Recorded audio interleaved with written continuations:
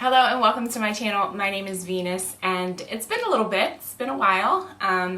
I just enjoyed the month of October. It's my birthday month. I was on vacation for a week in the Outer Banks, pumpkin patch, Renaissance Festival, all the things, and I work full time. So on the weekends I typically record and I just did not schedule any time to do that. So nothing bad, I wasn't sick or anything, just kind of took a little break. But here we are. I was reading a lot in September and October, so I have 14 books that I want to go over. We're going to do this, hopefully, rapid style.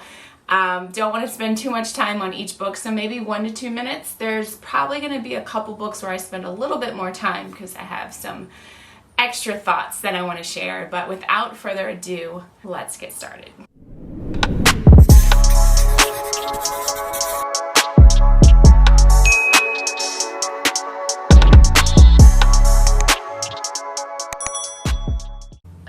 Sweating. It's hot in here. You guys, it is November and it's like 70 degrees outside. I refuse to turn the air on, but it's hot in here.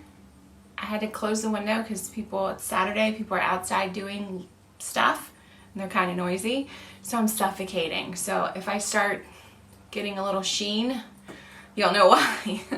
So I'm going to go in my least favorite, in order of my least favorite to my number one book of both September and October. I will say up front, I did enjoy all of the books that I read in September, October. Nothing was below a 3 stars, so generally I do recommend all of the books that I'm going to talk about today. First book I want to talk about is the Ex Hex by Erin Sterling. This is actually a reread for me. First time I read it, I did give it 4 stars. This time around, I gave it 3 stars. My taste in romance has changed significantly over the last year, so I think that probably played a part in why I didn't enjoy it quite as much this time. But it's about Vivian, who is a witch, lives in this really cool town, so super atmospheric for the fall. And she, when she was 19, had a bad breakup with her boyfriend. She gets drunk, she hexes him, and then fast forward 9 years later, he comes back because he is a founding father, part of a founding family in this town, and he comes back to recharge the ley lines, the magic in this town. And of course, when he gets back, he discovers that he has been hexed because it only happens when he is in this town. These things that she mistakenly hexed him with. And it's cute. I enjoyed it. I noticed just this time the steamy scenes were super corny and I just didn't really enjoy it quite as much. But overall, I think it's a great book to read in the fall. Next book, also 3-star read, is Clown in a Cornfield by Cesare. This is a young adult slasher book. It was fun. I really enjoyed this. I read it pretty quickly. It's about a girl who moves to this town in the sticks, in the country. Lots of cornfields. And in this town, the young adults, the teenagers, are very much divided against the older generations in this town. So some craziness happens at this party they're having in a cornfield, and some killings happen, and it's fun. It's not my favorite slasher that I've ever read, but I definitely enjoy it. There is part 2 that came out recently that I do plan to read to see where they take the story, but overall I think it's a pretty solid slasher if you're into those. Next up is Stephen King's Fairy Tale. I'm definitely not going to spend too much time on this. There are so many book reviews out there about this book, but I basically agree with most of them. This book started out as a 5-star read. It was fantastic. Perfect example of Stephen King's character work with these characters in the beginning, and then not so much. So this book is about Charlie, who is a high school kid whose mom passed away when he was young. Tragically by a hit and run. His father turns to alcohol and he basically has to he's on his own raising himself. And when he's older, he runs into kind of the town grouch, older gentleman who lives in this big creepy house. His name is Mr. Bowditch, and he has a dog named Radar, and he ends up having an accident, and Charlie encounters him and helps him and ends up kind of almost moving in, or spending a lot of time in his home helping him try to recover. And the first 200 pages are just developing their relationship, and it was so good. Mr. Bowditch was such a great character. Even the dog, Radar, and the dad, Charlie's dad, it was just such a great story. I couldn't wait to get back into it every time I put it down. And then something happens and Charlie discovers that there is a like portal in Mr. Bowditch's shed. And then it goes from there.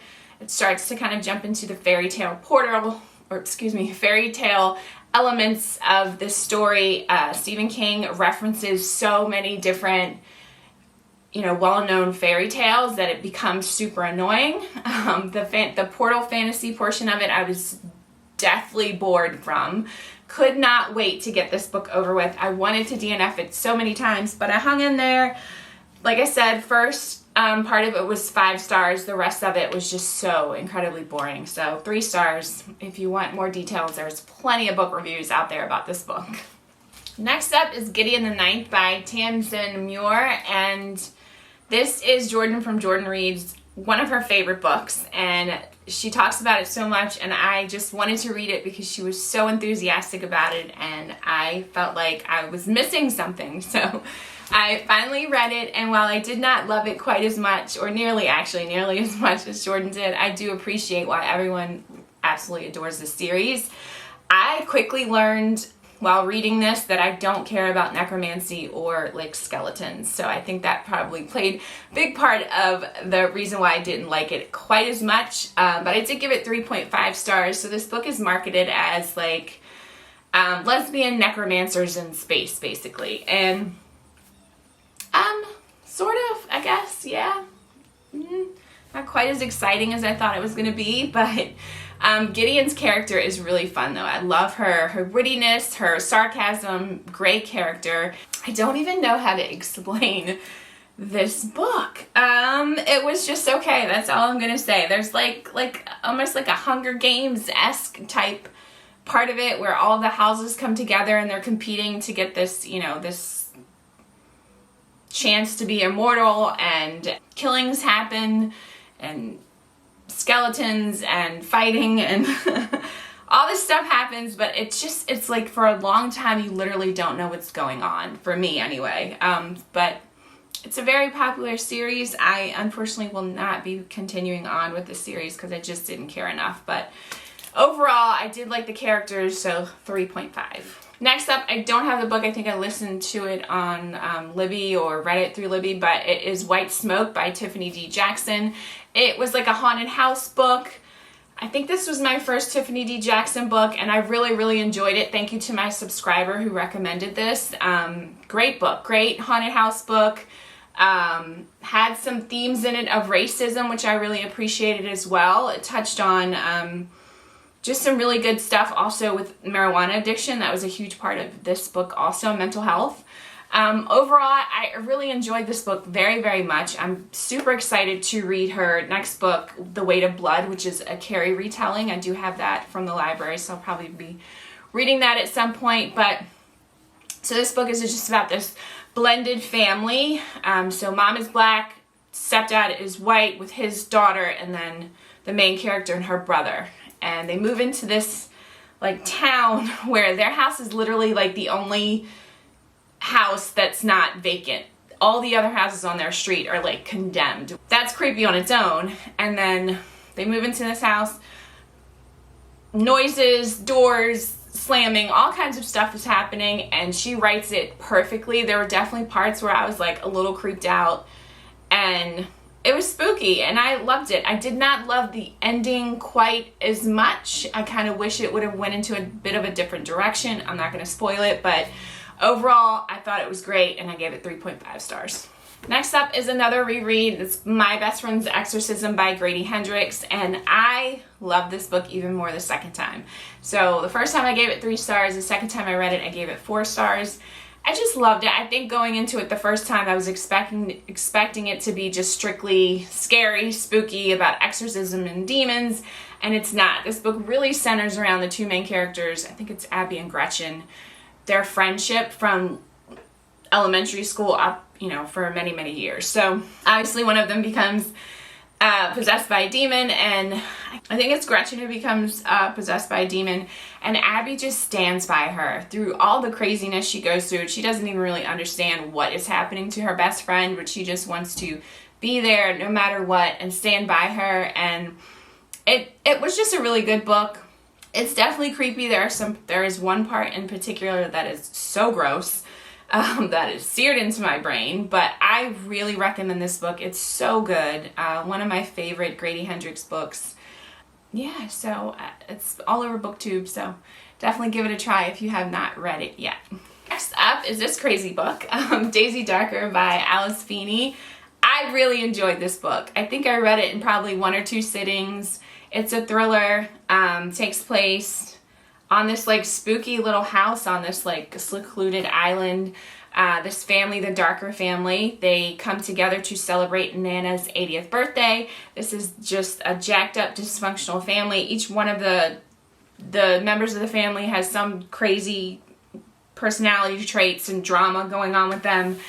Nana's just bringing them together to celebrate her birthday party. The lights go out, there's a storm coming in, and then members of the family end up dying, or are found dead.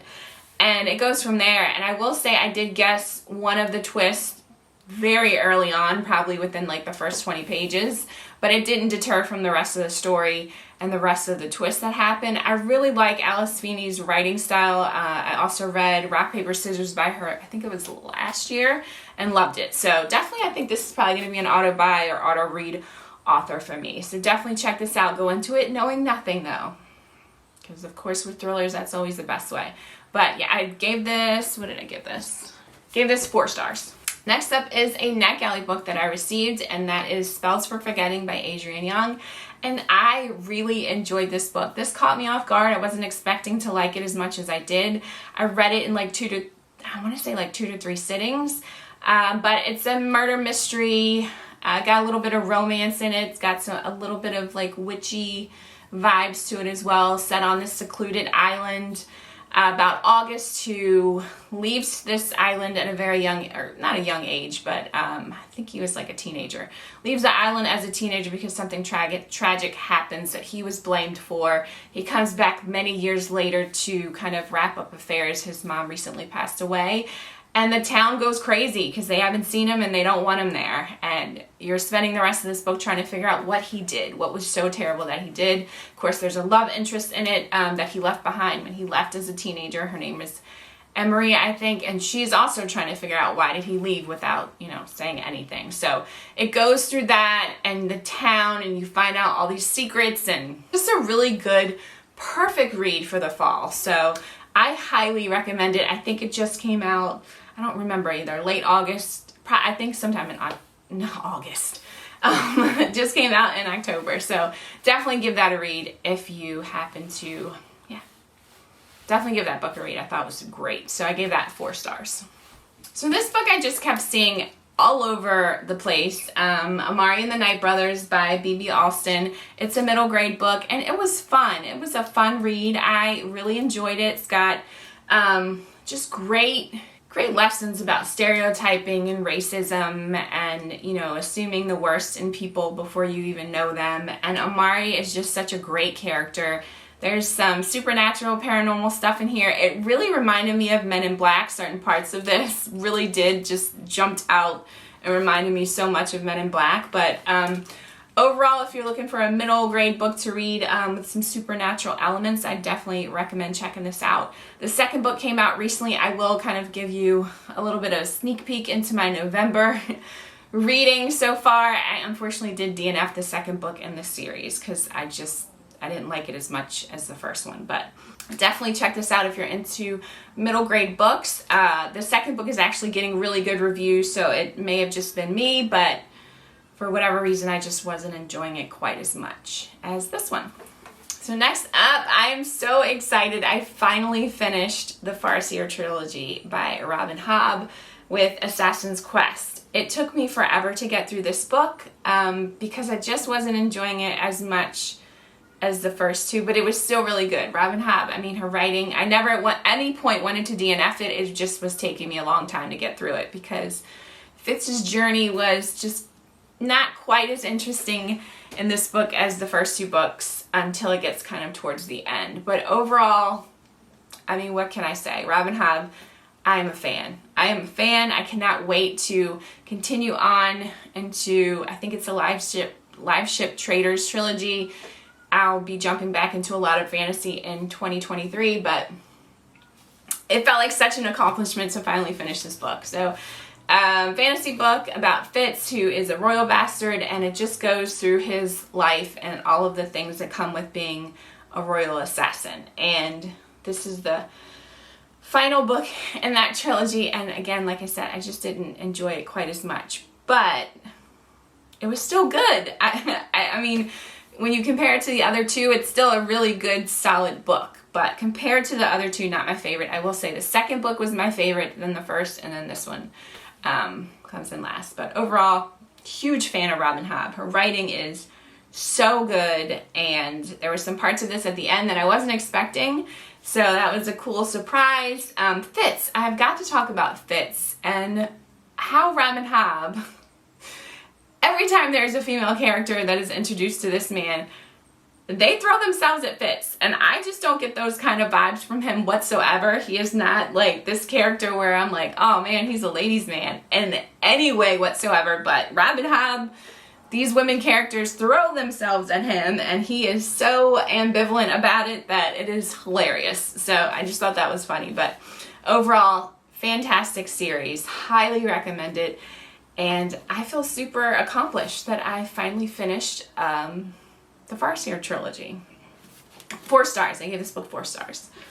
Next up, I read The Hellbound Heart, which is the novella based on the movies, scary slasher movies, Hellraiser, and it's by Clive Barker, my first Clive Barker book, and I loved it. I loved it so much. It was so creepy, so scary, gruesome.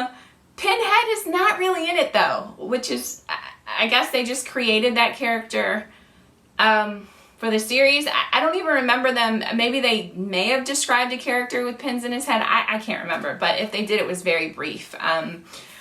But yeah, it was so good. It was so good. So it's about this man who is just searching for all of the pleasures in the world, and he feels like he's experienced them all, and he hears about this like box that if you solve this puzzle, almost like a Rubik's Cube, evil Rubik's Cube, if you solve this box, you will be somehow transported and experience all the pleasures of the world. But actually what happens is these supernatural beings from another dimension or whatever come, and once you solve the box, they don't decipher between pleasure and pain, so you actually end up experiencing all the things.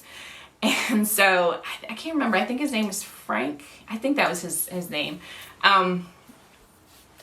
Frank experiences all the things, and he is missing for a while, and his brother takes over his house, moves into this house that they've inherited.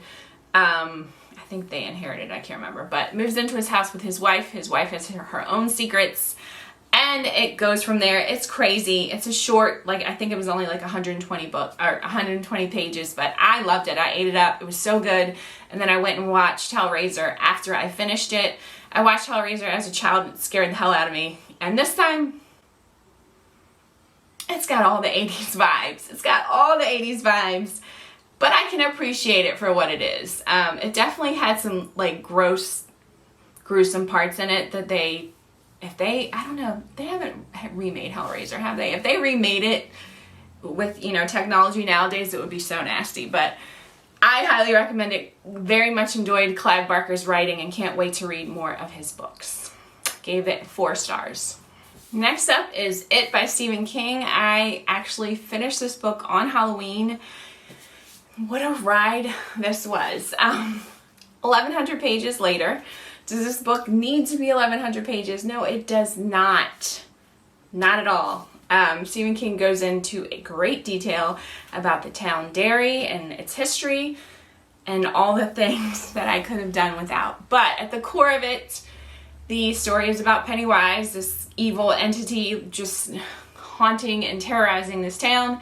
He comes every however many years, and these 7 kids experience him, all for different reasons, and It really is, though. I will say, even though it's massive and it's long, I did very much enjoy this story. It is definitely a coming of age story with all of these kids. It has homophobia in it. It has racism in it, anti-Semitism, just some hard stuff to read. And overall, I really, really did enjoy this book. And as long as it is, I will say I would definitely reread it. I will reread it again a few years from now, but it's a chunker. My favorite character, I will say, is Eddie. I very much enjoyed his character. I thought, I don't know, I just loved his character. I thought he was really funny. The narrator for this book was fantastic. I went back and forth from reading the physical copy and listening to the audiobook. And gosh, he does such a great job. So I do recommend this book. I gave it 4.5 stars. There is a part in this book with one of the characters, Beverly, that I was not prepared for, and I don't see the point of having that specific scene in this book. I don't know why she had to do what she did. It made absolutely no sense to me, but apparently Stephen was on quite a few drugs when he was writing this book, so I don't know. Outside of that random weird scene, overall I did very much enjoy this book, and I think it's worth a read. If you're a Stephen King fan, definitely give it a read. I wouldn't make that my first Stephen King book, though. If you've never read Stephen King, don't start with it. Please don't. Next two books are both 5-star reads for me. Both actually surprisingly 5-star reads. First 5-star that I want to talk about is The Dead Romantics. This is a romance book by Ashley Poston. And I really loved this book. Obviously, I gave it 5 stars. I kept seeing it kind of talked about a little bit here and there on booktube, and has really great ratings, and I hadn't really read a romance in a while that I enjoyed, so I gave it a go. And it's a great romance. It is about main character, I think her name was Florence, I can't remember, but she is a ghostwriter for this very famous romance author, but she herself is having a hard time finishing the next book in this series because she doesn't believe in true love anymore. And so I can't remember if he's the editor or someone in the publishing world decides to deny her an extension on getting the book finished. So she's all upset about that, and then she gets a call from her family that something tragic happens, so trigger warning for grief, and she returns home where she has not been in many years. And then she sees a ghost, and it goes from there, and it's so good. So it's romance, it's slow burn, it's got a little bit of paranormal to it, but not like over the top. It's very subtle, but it was good. I highly recommend this book. I really do. It'll definitely be a book that I read in the future, that I reread in the future around this time. I think I got it through the library, so I may actually purchase this one. I'm being very selective about romance books that I buy up front because I just have not had a good experience with them. But I do plan on actually buying a physical copy of, oh my god, I can't talk. I do actually plan on buying a physical copy of The Dead Romantics. So I highly recommend it. I gave it 5 stars. And my favorite book for September and October is The Swan Song by Robert McCammon. Wow. I was not expecting to love this book as much as I did. It is also I've read some long books over the last couple of months. And this book I actually really took my time with. I read this over probably a month and a half. I just kept putting it down and picking it up. Not because it's not good. I just really wanted the writing. I really wanted to take my time getting through it. And it is phenomenal. Definitely going to be in my top books of 2022. So this is about post-apocalyptic, very much so, United States. The opening scene is with the President of the United States trying to decide if he wants to declare nuclear war on Russia. And then it goes from there. We do have a nuclear war, and it is the aftermath of this. And there's also this like evil kind of, I don't even know what he is. It's this evil thing that is also interweaved throughout the story. There's multiple characters, POVs in this, and they end up merging together, which is always the coolest part. I love multiple POVs when that happens, and it's done in a good way, and it very, very much so is. And each character has such great character development. One of the characters is Swan, who has kind of these special powers. She ends up being protected throughout this book by Josh, who used to be like a pro wrestler, and then there's a character named Sister who finds this like almost magical artifact, and she's trying to figure out what this artifact, why, number one, why she was chosen, why she was the one that found it, but also what is it doing, like what's the purpose of it. And going through this story and these characters, and there's also just some other evil, just jacked up human beings in this story. And it not only has like the supernatural element to it, like what is this like good versus evil situation happening, but it also kind of explores like what would happen to humanity, how would we treat each other, the survivors if there was a nuclear war. And of course there's that group of people that want to be all powerful and rule over and run shit, and you see kind of how that plays out. And it's just, and then there's people that just want to rebuild and have their own community and do their thing and, you know, live in peace as much as you can after something like that happens. And man, the writing is so, so good. Please, if you, I'd never even heard of this author before until recently on booktube. Thank you, booktube, as always. So if you're into this kind of story, then definitely check it out. I honestly don't normally like post-apocalyptic books. I just never gravitate towards them. I always think of like zombies when you know, with that certain theme, but not the case in this. So probably definitely went over 2 minutes talking about this, but I love this book so much. I cannot wait to read more of his books. I know that there's one, I think it's called Boy's Life, which is, I don't know, I guess a coming of age story. This book is gruesome. There are parts in it that, I'm not even kidding you, there are parts of it that I was reading it during like eating my lunch on my lunch break, and I had to put it aside because it was making me nauseous. So there's definitely some gruesome scenes in this. It is a horror. I don't know if I mentioned that, but it definitely is a horror. So #1 book for me in October and September, and definitely 5 stars for this. So that's it. That's all 14 books. I don't know how I did with the rapid fire. I feel like it took me forever. Editing should be fun because I haven't done it in a while. But I am so happy to be back. I have plenty of ideas for videos coming up soon. My November TBR is coming. Honestly, I'm such a mood reader. It always happens every year in November and December. I just kind of read whatever. And that's how it's going so far. So we'll see, but I'll do a November TBR with some books that I do definitely plan on reading. This is also the time of year where I like to read Christmas romance because I'm a dork. So let me know below, have you read any of these books, guys? I am so excited to be back and engaging with you again. Thank you for hanging out as always, and hopefully not forgetting about me. But let me know in the comments, have you read any of these books? Are there any books that you think I should read based off of the ones that I really very much loved? I definitely take your recommendations into consideration. There is a book that I didn't get to, but I am going to read. It's, I think it's called Benny Cannibal. I can't remember what it's called, but it's a slasher book. I do plan on reading that. I just didn't get a chance to read it to my subscriber who recommended that book to me. I did not forget. But I did download it. It is on my Kindle, so I will be getting to that soon as well. So please, I love your recommendations. Yeah, so that's all I have.